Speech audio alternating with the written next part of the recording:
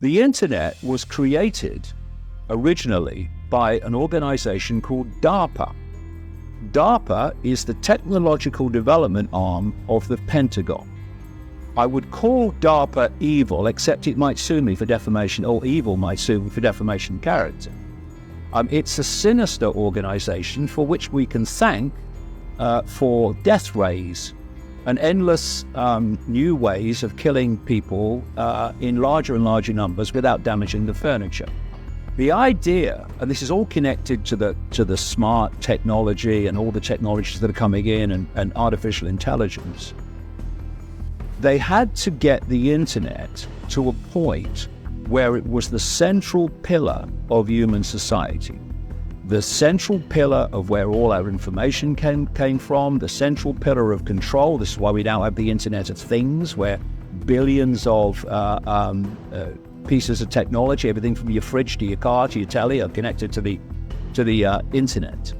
But to reach that point, it had to be what people wanted, and people going, "This is great, this is fantastic," and it became, the central pillar of human society.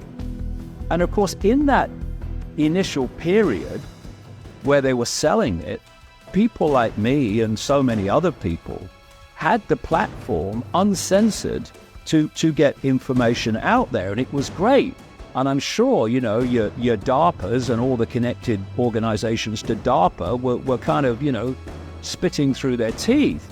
But they had to do it to get the internet to where they wanted. In the same way, when your Facebook started and your Googles and your Twitters and your Amazons with the books, they would not have reached this point they've reached of near monopoly if they'd have been censoring as they are now from the start. Instead, they did exactly the same thing. No censorship, say what you like, and people then became addicted to Facebook, and Google became by far the biggest search engine. It's a few manipulating so many. The only way that you can achieve that is by controlling the perceptions of the many, and by dividing and ruling the many as well. But you've got to control the perceptions of the many. And to do that, you control information. And what this process of the internet and these internet giants, near monopolies, that process can be simply explained. And it can be explained why, up to relatively recently, the internet was censorship-free. My God, not anymore.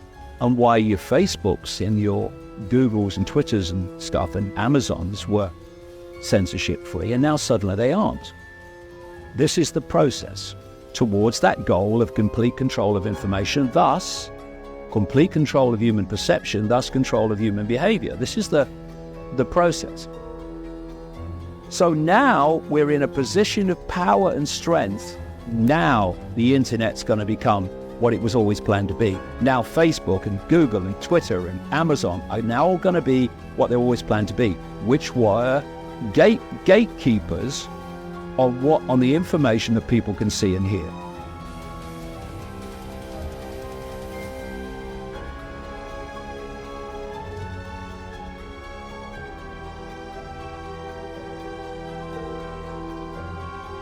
People freaked out. They were like, you cannot put brain chips in rats and make them move through a maze by a, remote control, which is what they were doing. And I interviewed the guys who were all working on this program before 9/11. And so the morality of the citizenry was like, no. Then 9/11 happened. And suddenly all this money got pumped into DARPA to do anything they wanted. The morality issue went out the window, and they started creating all kinds of biohybrids, as I write in the Pentagon's brain. So they put, they now have pigeons that are mixed, animal and machine. What?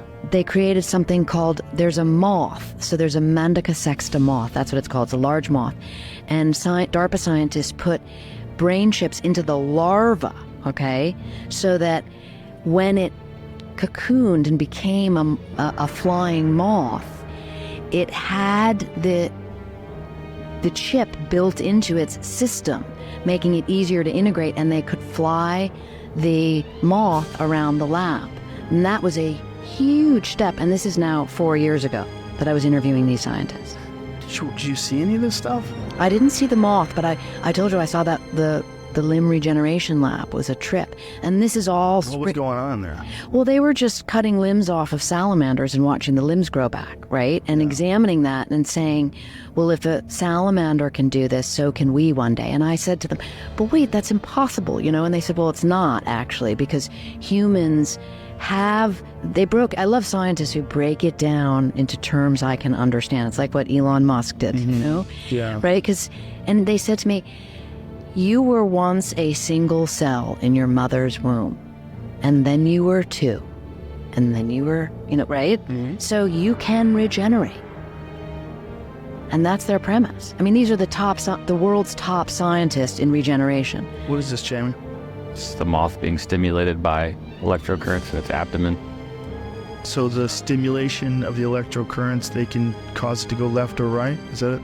Yeah, I was looking up these biohybrid moths. What was the thing that you threw your hands on your head like you were freaking out? Macaulay Culkin at Home Alone. He was reading something, he went, Yeah.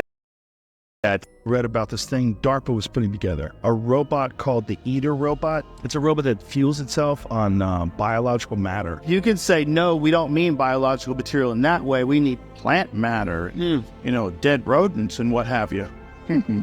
But there's a fucking robot that they designed that eats biological material as fuel.